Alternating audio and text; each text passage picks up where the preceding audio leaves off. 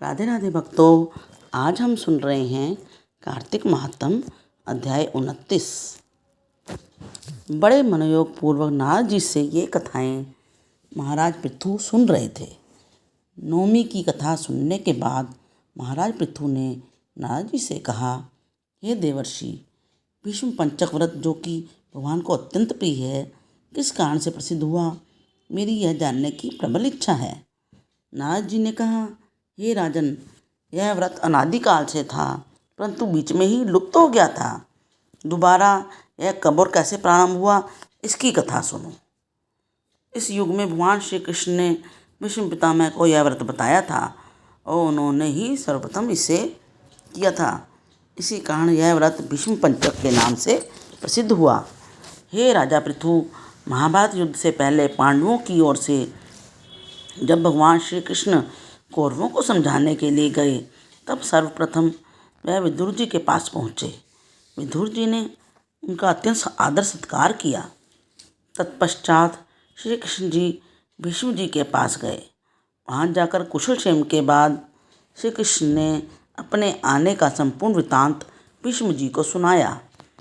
तब भीष्म जी कहने लगे, भगवान, तीनों लोकों के स्वामी होते हुए भी आप केवल पांडवों की ओर से ही दूत बनकर क्यों आए हो? पांडवों के प्रति आपका इतना प्रेम होने का क्या कारण है? तीनों लोग आपके वश में हैं, तब पांडवों ने ऐसा कौन सा व्रत, तप, दान, पुण्य, यज्ञ किया है कि उनके पास ऐसा क्या वशीकरण है जिसके कारण आप उनके वश में हो गए हो? भगवान श्री कृष्ण जी ने मुस्कुराकर उत्तर दिया, हे गंगा पुत्र, यद्यपि यह रहस्य अत्यंत गुप्त है, तथापि मैं तुमसे कहता हूँ, पूर्व जन्म में इन पांचों भाइयों ने एक ऐसा व्रत किया था जो मुझको अत्यंत प्रिय है। इसी कारण से मैं इनके वशीभूत हूँ। अब तुम उस व्रत का वृत्तांत सुनो।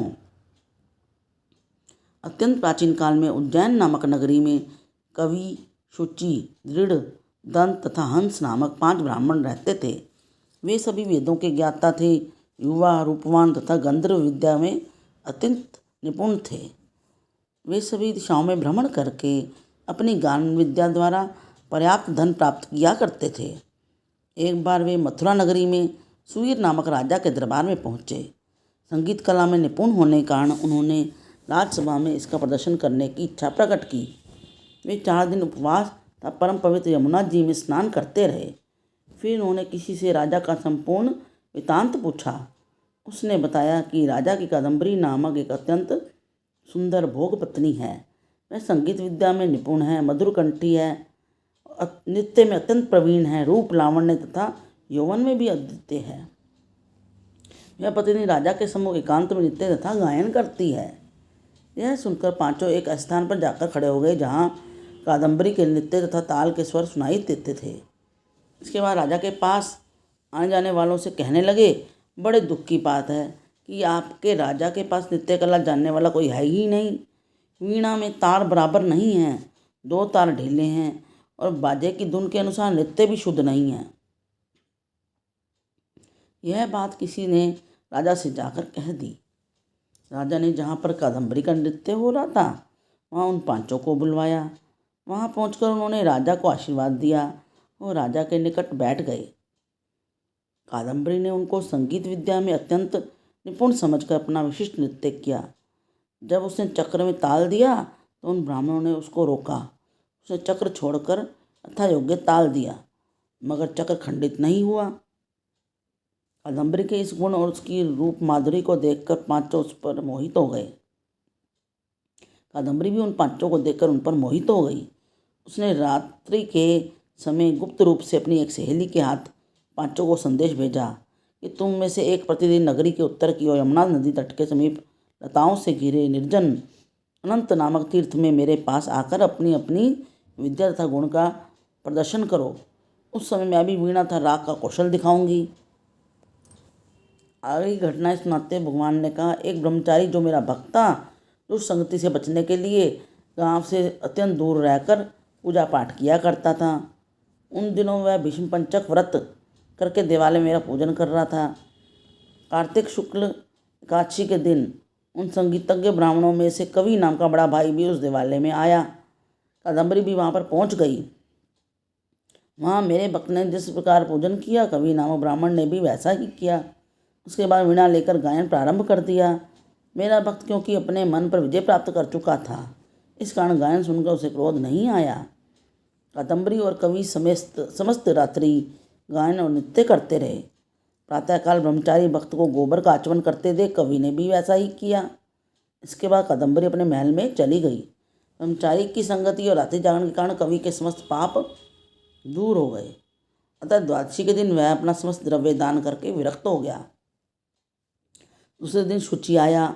उसने भी रात्रि भर कादम्बरी के साथ नृत्य और गायन किया और ब्रह्मचारी की भांति पूजन करके गौमूत्र का आचमन किया।